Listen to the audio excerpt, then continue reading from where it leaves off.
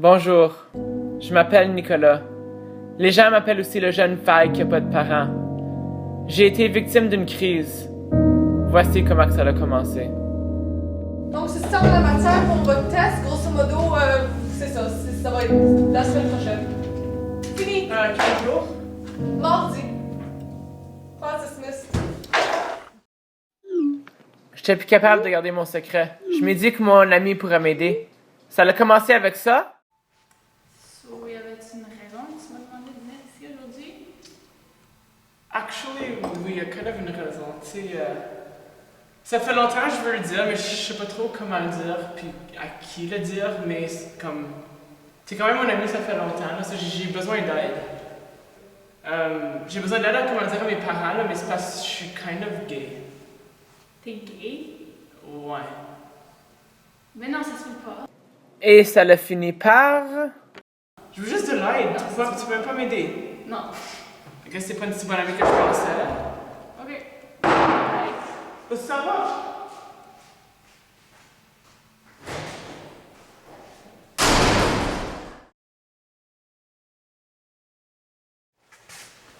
Hey Nick, j'ai payé tes flottes qu'elle a acheté, tout est beau là. Ah, c'est beau, merci. By the way, ce soir, j'aimerais ça aller chez Victor encore pour finir le projet. Là. Si tu vas avec toi? C'est beau. Ok, je vais chercher mon stuff puis je vais chez lui, ok? Alright. Je te bonne nuit.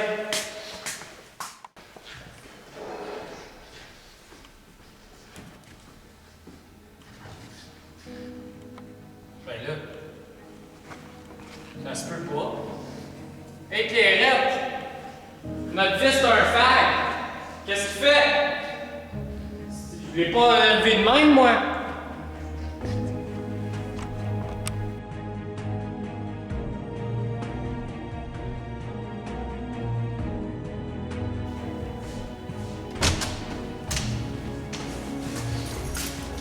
Hey mon Chris!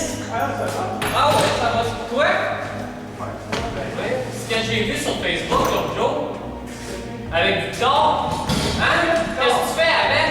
Qu'est-ce que tu fais? Non! Je faisais mon projet. Là, j'ai parlé de ça à ta mère. T'es un fag? T'es un fag, c'est ça? T'es un fucking fag? Sacrément, non, je veux pas de gay dans ma maison. Va-t'en! Va-t'en! Va-t'en! Va-t'en! Si, je te veux plus! Hey, hein, Nick, c'était pas que le turn-out, ça? Je te dis que t'as bien plané ça? Sais-tu quoi? Fuck it! J'ai pas besoin de vivre chez une maison. Moi, je vais m'arranger avec mes propres troubles. Ça finit là.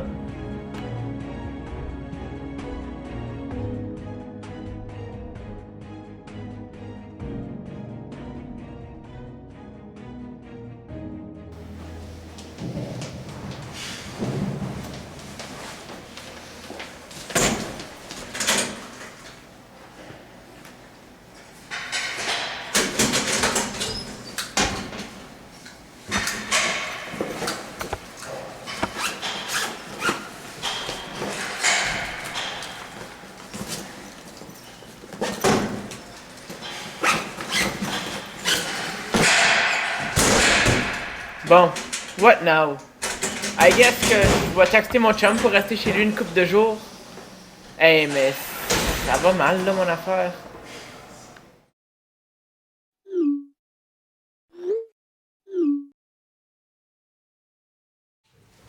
Prochaine question.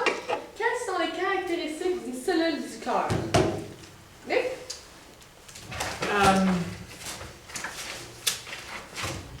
Ben, ils ont les cellules du corps, c'est pas les chronotropes? Non. Francine, peux-tu l'aider? Conductus, excitable, contractile et automatique. Merci. Ah bon matin, ça va aujourd'hui? Ouais, il faut qu'on se parle. Ouais. Ok. Mes parents sont un peu suspicieux, tu sais, parce que ça fait une couple de semaines que tu es ici. Puis ils pensent qu'on est ensemble. Puis ça peut pas arriver. Ok. Ouais. Fait que, qu'est-ce que ça c'est à dire? J'ai peur de dire à mon père que je suis gay. Ok, so tu me dis que tu veux que je parte, là? Ouais. Tu réalises que moi j'ai pas de maison, hein? Si je pars de site comme j'ai rien. Ben, là. qu'est-ce que tu veux que je fasse? J'ai peur de le dire. Ben. Moi, j'ai regardé dire à mon père. Toi, tu peux pas le dire à ton... Comme, essaye. Au moins, moi, j'ai essayé. Non, je vais me quelqu'un. Quoi, tu m'aimes pas assez pour lui dire, comme? Calmer, là. Moi, je t'aime assez, je l'ai dit. Tu m'aimes pas, c'est ça l'affaire? Comme, qu'est-ce que tu penses faire, là? C'est quoi ton but? Tu me kick out, là, on se voit plus, puis là, that's it, puis juste pour rendre ton père content? Comme, faut te choisir à un moment donné, là. C'est-tu moi ou lui? Il m'aime même pas assez, là. On saute un peu pour se rendre à... Fuck this, man! Tu comprends, là, c'est fini! Monsieur. Vous pouvez pas d'ici 1h du matin? Avez-vous une voiture pour partir? Non. Vos pas sont barrés maintenant, vous avez vraiment pas le droit d'être ici, à cette heure-ci. Ok.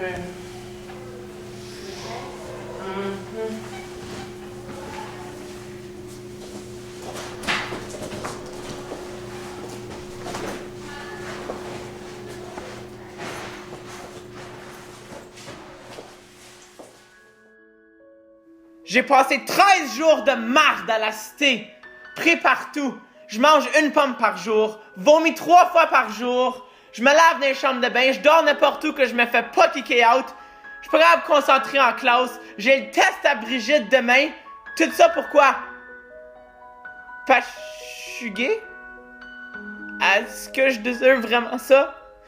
C'est ça que ça prend pour être content dans la vie?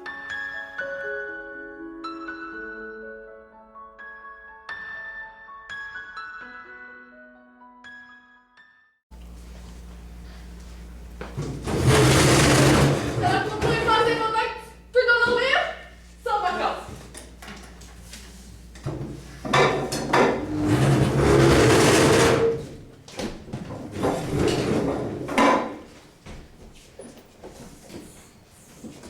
Excusez les élèves, on continue le test.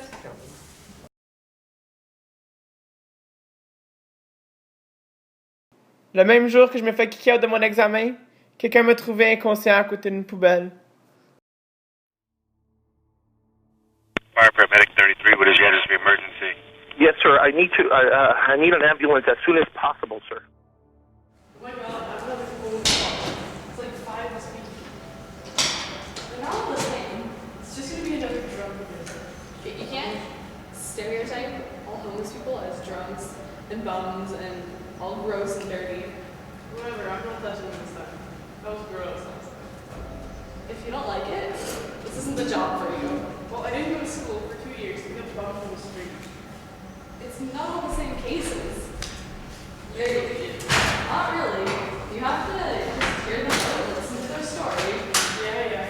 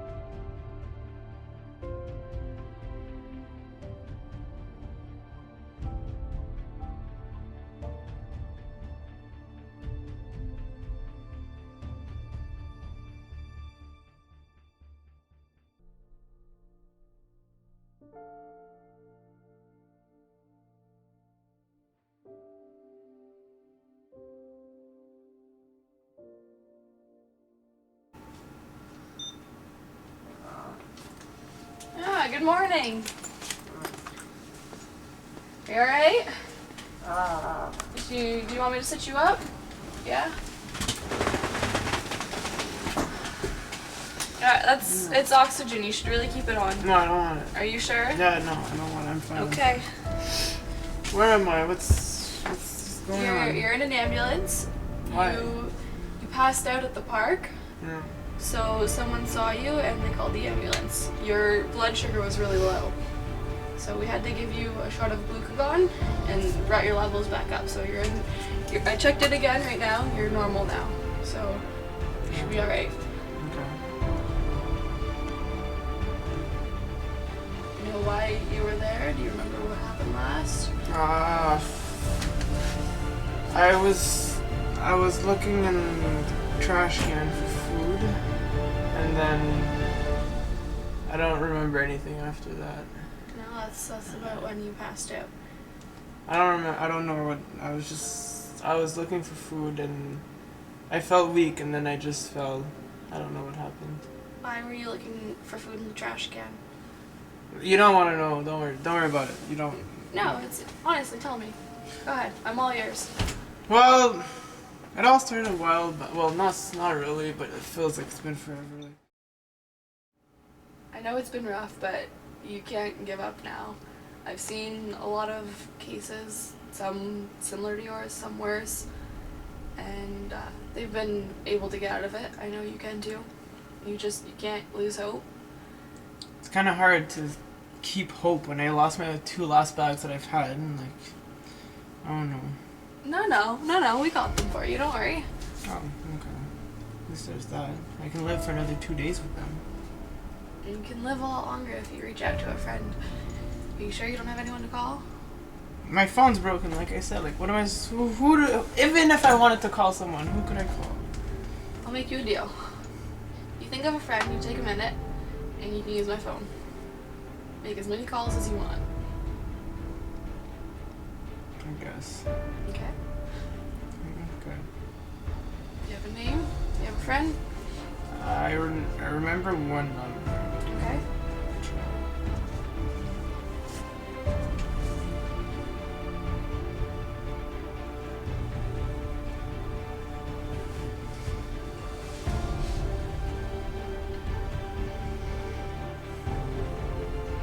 Allô? Et à toi? Je suis dans l'ambulance là, mais... Ok, on peut-tu se rencontrer demain? Faut que je te parle, j'ai besoin de quelque chose. Yeah, tu peux se rencontrer à 10h au time, c'est ça. Ok, bye. Pourquoi tu veux se rencontrer? Ben, c'est à cause... hier, j'étais en chemin pour l'hôpital, puis c'est à cause apparemment que j'avais mon taux de glycémie était trop bas. Ça faisait trop longtemps que j'avais pas mangé. T'as-tu juste oublié ou tu disais juste trop fort? Non, mais c'est à cause... Mes parents m'ont kické out de chez moi. Puis là, j'ai été... Ben, ok. C'est parce que j'ai commis à mes parents que j'étais gay. Puis là, ils m'ont kické out de chez moi. J'ai été chez mon chum. Puis mon chum, il m'a kické out, ça a fait une grosse affaire, whatever. Puis là, j'étais pris. Je restais à l'école pendant les nuits, mais la sécurité m'ont pogné puis m'ont kické out. Puis la cité, comme ça l'a fermé pour les fêtes. Fait que j'étais pris à manger des poubelles, tu sais, puis ça faisait trop longtemps que j'avais pas mangé. Fait que là, ça a l'air que j'ai passé out, puis je sais pas trop c'est quoi qu'ils m'ont dit là-bas, là. Mais c'est pour ça que je t'appelais, parce que, comme je sais que c'est peut-être un choc pour toi, mais je l'ai dit, je l'avais dit à Julie, je l'ai dit à mes parents, puis ils m'ont tous shut it down, comme il y a personne qui voulait m'aider. Mais hier, le paramédic, il m'a convaincu de continuer à essayer. Fait que je veux savoir, comme, y a-t-il une manière que tu pourrais m'aider, comme, avec quelque chose? Comme, j'ai oublié mon portefeuille chez mes parents, j'ai brisé mon phone, comme, je vis dans un sac, là, comme, j'ai pas rien. Ben, moi, j'ai évidemment pas de problème. J'ai juste un petit peu insulté que t'as pas venu me voir plus tôt, là. Ben. Je peux juste appeler les parents puis voir, là. Je suis sûre et certaine qu'ils n'ont pas de problème avec, là. But I'll go ask them. T'es certaine? Oui. Tu ferais ça? Absolument. Merci beaucoup.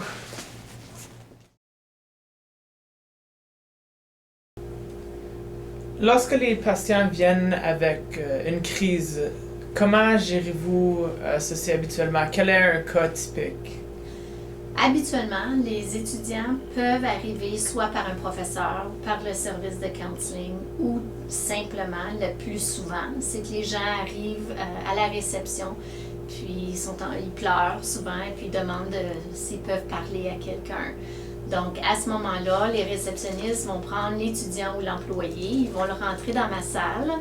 Et puis, ces étudiants-là ou ces gens-là, c'est moi qui va venir les évaluer, les voir, les aider. Comment approchez-vous ces patients?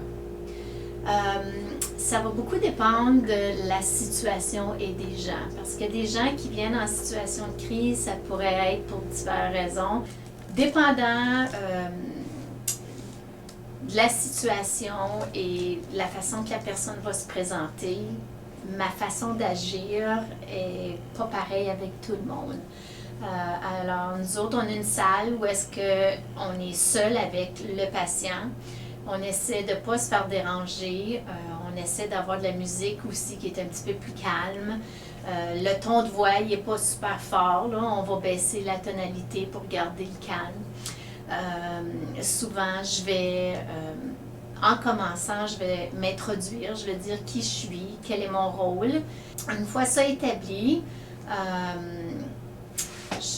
le non-verbal est souvent ce qui est le plus important dans notre rôle.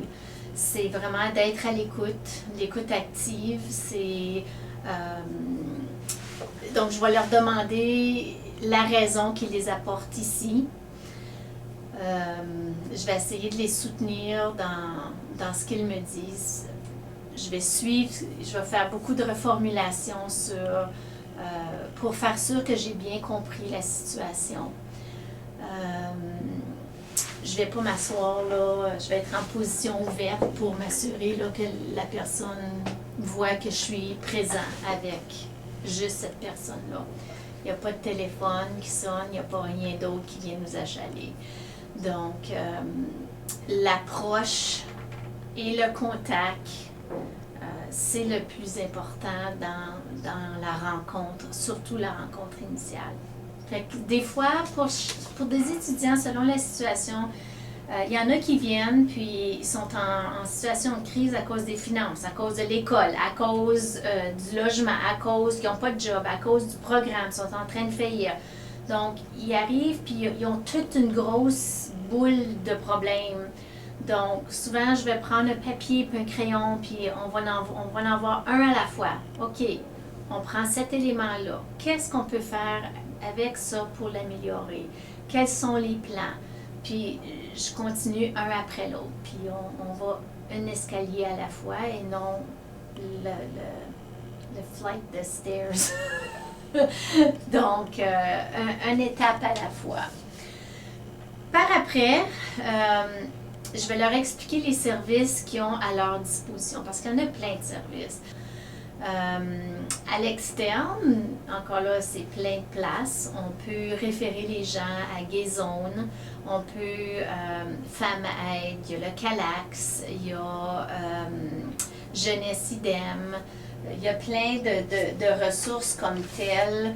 Donc, ça dépend des situations. Chaque personne, chaque situation est un petit peu différente. Alors, il faut vraiment aller cas par cas, puis selon l'état de la personne qu'on a à ce moment-là.